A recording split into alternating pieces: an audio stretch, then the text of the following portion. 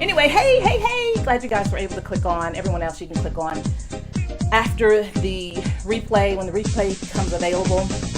I just wanted to talk briefly about being a domestic goddess, because this is a subject that we need to get back to, and that's being a woman and being in a woman's place. And I know that's an iffy topic, just the words woman's place is challenging. The feminists have worked really hard over the last 30 years, and thank God for them, because they've allowed us to have the option of being a stay-home mom. Back in the day, it was called housewife, right? We don't call ourselves housewives now, but they gave us the option of being a stay-home mom versus a working mom. And now we even have it where we can have both the two worlds. And the reason why I decided to have this conversation is because I get lots of emails, I have conversations with people, and they're oftentimes asking me, how do you run a business and travel with children and homeschool? What is being neglected? And so I wanted to talk about how I do that, because really I don't even think about it. When you've done something for so long, it's just second nature. 5 children, yes, but the last 3 just kind of gradually captured what was going on with the first 2. So if you lay that foundation right, then it should just kind of triple down to the others. And so that means that I don't have to think about what I set up 20 years ago with those first 2. These last 3 have just naturally gravitated toward that, and that's the way the household is ran. But let me talk in particular about being a domestic goddess, because one woman said to me, Teisha, that's what you are, you're a domestic goddess. I was like, you know what? I think I am. And you know what? She said, you should write about that. I was like, you know what? I think I will. Except sitting down to write, that ain't gonna happen no time soon. So, and that's the stuff that gets neglected.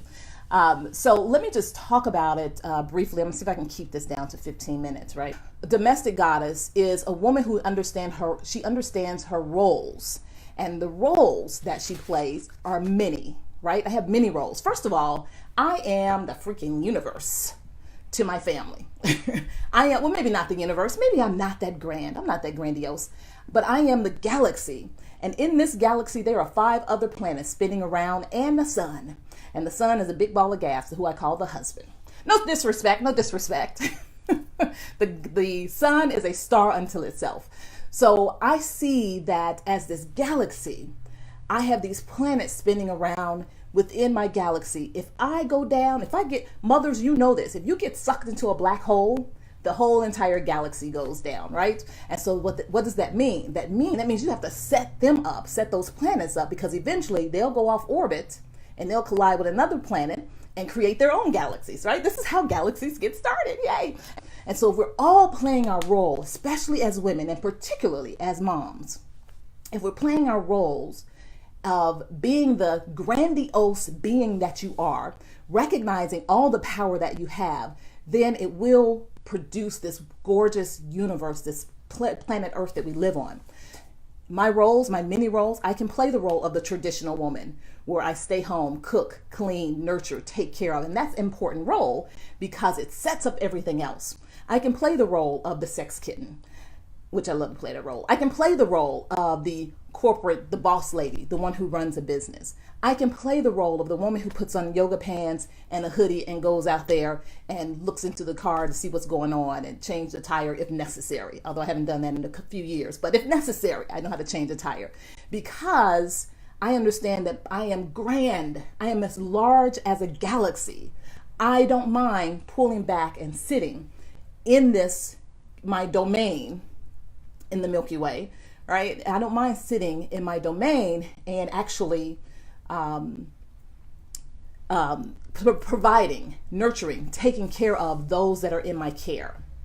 And so that's what I do. So a domestic goddess, you play 4 roles. You take care of yourself, you take care of your home, you take care of your children, and you take care of your man.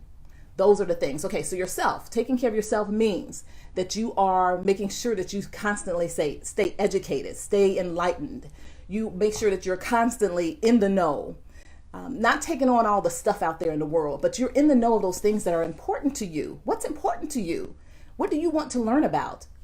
Dive deep into that and learn that so that you can articulate that thing that you enjoy. I remember when I was the first few years as a stay-at-home mom, I was used to being a corporate woman, And staying at home, I felt like I had nothing to talk about, nothing but children and husband and his ministry. And I felt when I would go in the presence of other women who were still working jobs, I actually felt intimidated to a degree. And that was an odd feeling for me, and I didn't like that feeling. And so I had to remind myself, girl, there are some things that not only do you know, and you know them well, but things that you're interested in, you can really explore those deeply. So taking care of yourself also means, and I wrote out some notes so I don't chatter on and on. Taking care of yourself also means no drama in your life.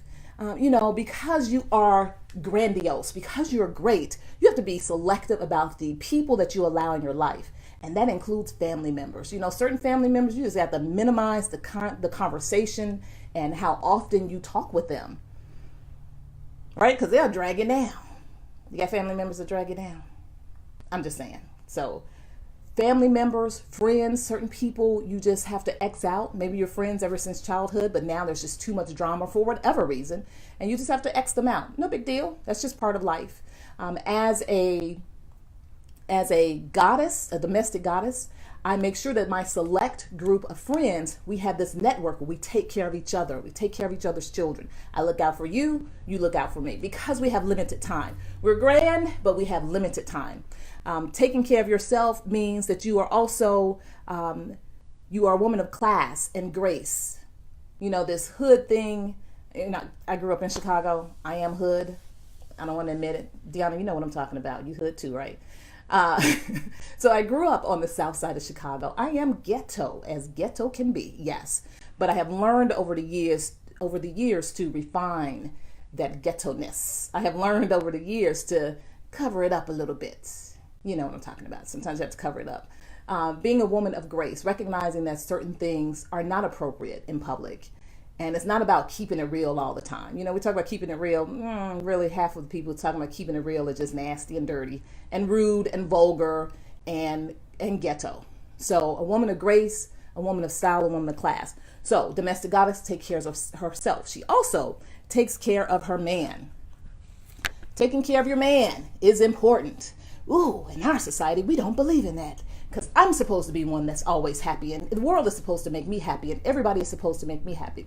Taking care of your man, they tell us that men are very, very simple. All they want is food, sex, and some nice words, right? They're very simple. Unless, of course, he has some childhood issues. And childhood issues means, he want to dominate you, he want to control you, or he's completely emotionally withdrawn altogether.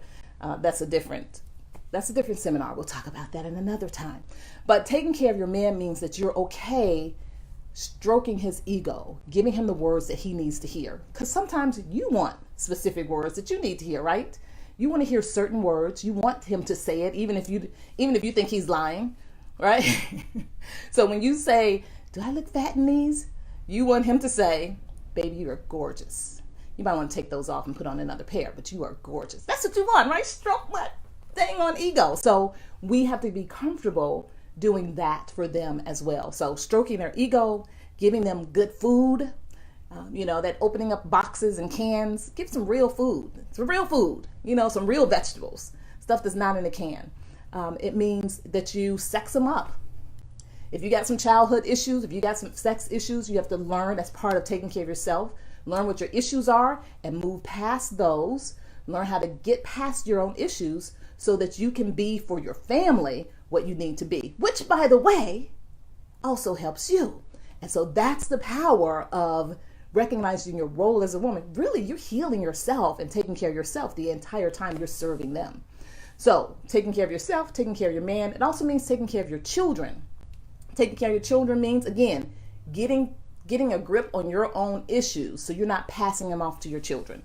It means when you're taking care of your children, it means providing them with an environment where they can grow and they feel safe. It means recognizing each child is different. And because you recognize each child is different, you're not doing that cookie cutter thing that we normally do. As when we was growing up, is you can't have boyfriends until you're 16. It doesn't matter who you are, which child you are. You can't do this until you're a certain age. It doesn't matter how mature you are. You have to go with the rules of the family. So that raising cookie cutting children is not appropriate. It means having patience with children. Deanna, I learned this from you. Being patient with children, and you teach them, and you teach them some more, and you teach them some more, and you teach them again. And you're not yelling and screaming and, going to, I told you all to pick this. I'm so tired to pick this stuff up off that floor. It means that you are patient with your children.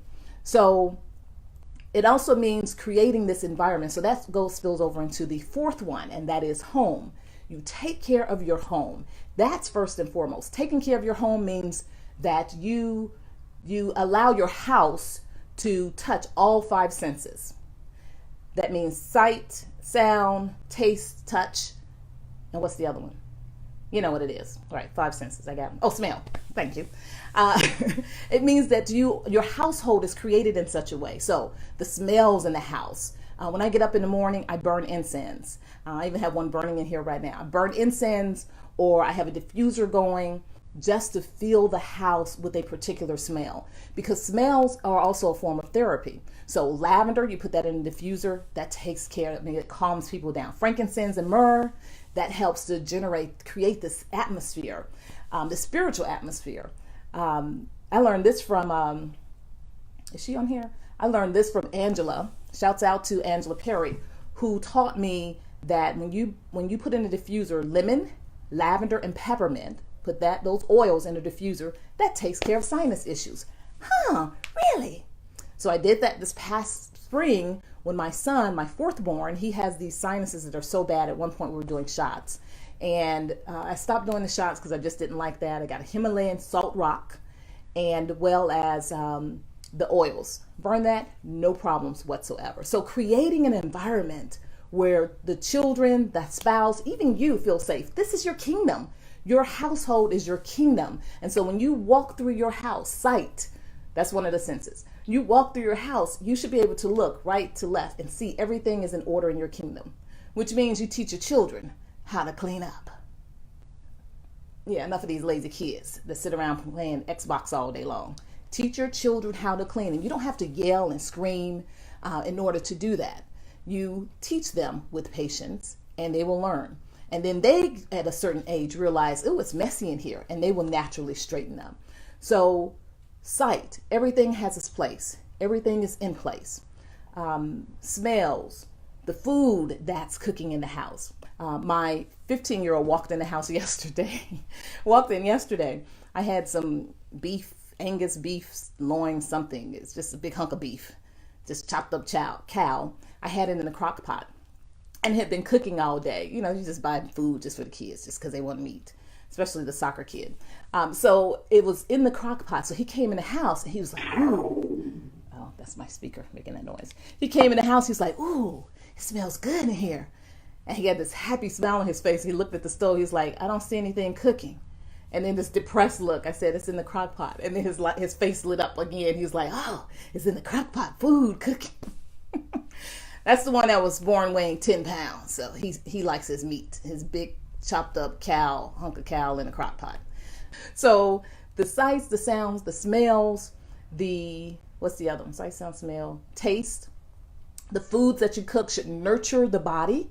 I mean, that is, when you think about it, it's really powerful. And we pass off this power that we have to fix foods that will delight the taste buds and heal the body. We bypass that and we run to McDonald's.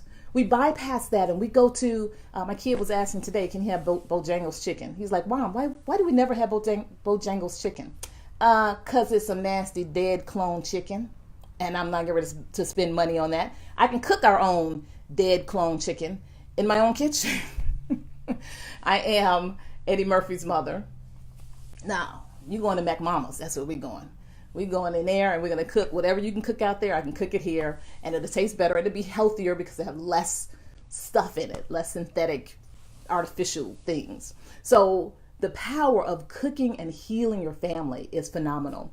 The sounds are important as well, creating an environment where people feel at peace.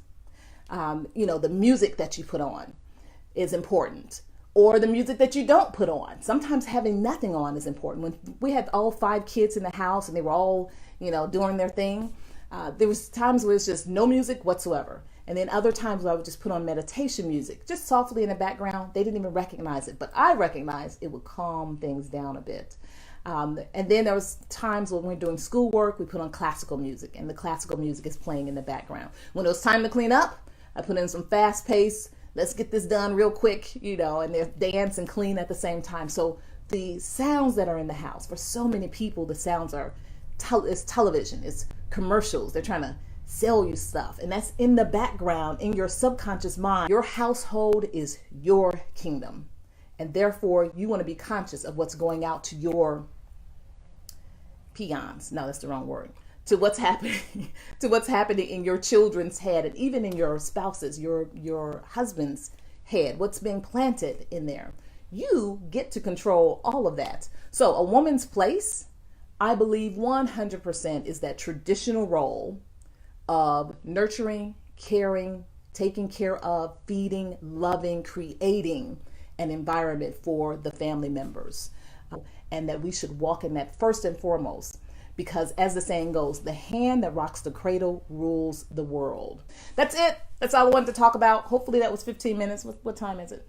I just wanted to talk about being traditional, being that domestic goddess, walking in your role so that it doesn't tire you out, because I talk to a lot of women around the country who are absolutely exhausted, and really, truly, they don't even have a choice. They have to be out there working, and they have to take care of their families. Well, how do you make sure that you're not so stressed out that you're doing none of those effectively? So we'll talk about doing that. That's something that I have worked on for years for myself. Thank you. It's something I've worked on for myself for years. The women that I coach, we talked about how to work on yourself so that you have your energy, you maintain your energy, your household is taken care of, your business is okay, your children are okay, and your man, if you have one, is also okay. So that's what we'll talk about. Thank you for joining me, ladies. I so appreciate it. Pass it on. I know it's not a popular topic, being a domestic goddess and nurturing your household, but it is one that is it's very, very important. It's something that if we are all doing our job, if women are taking on that role, then it will create a better world. So thank you.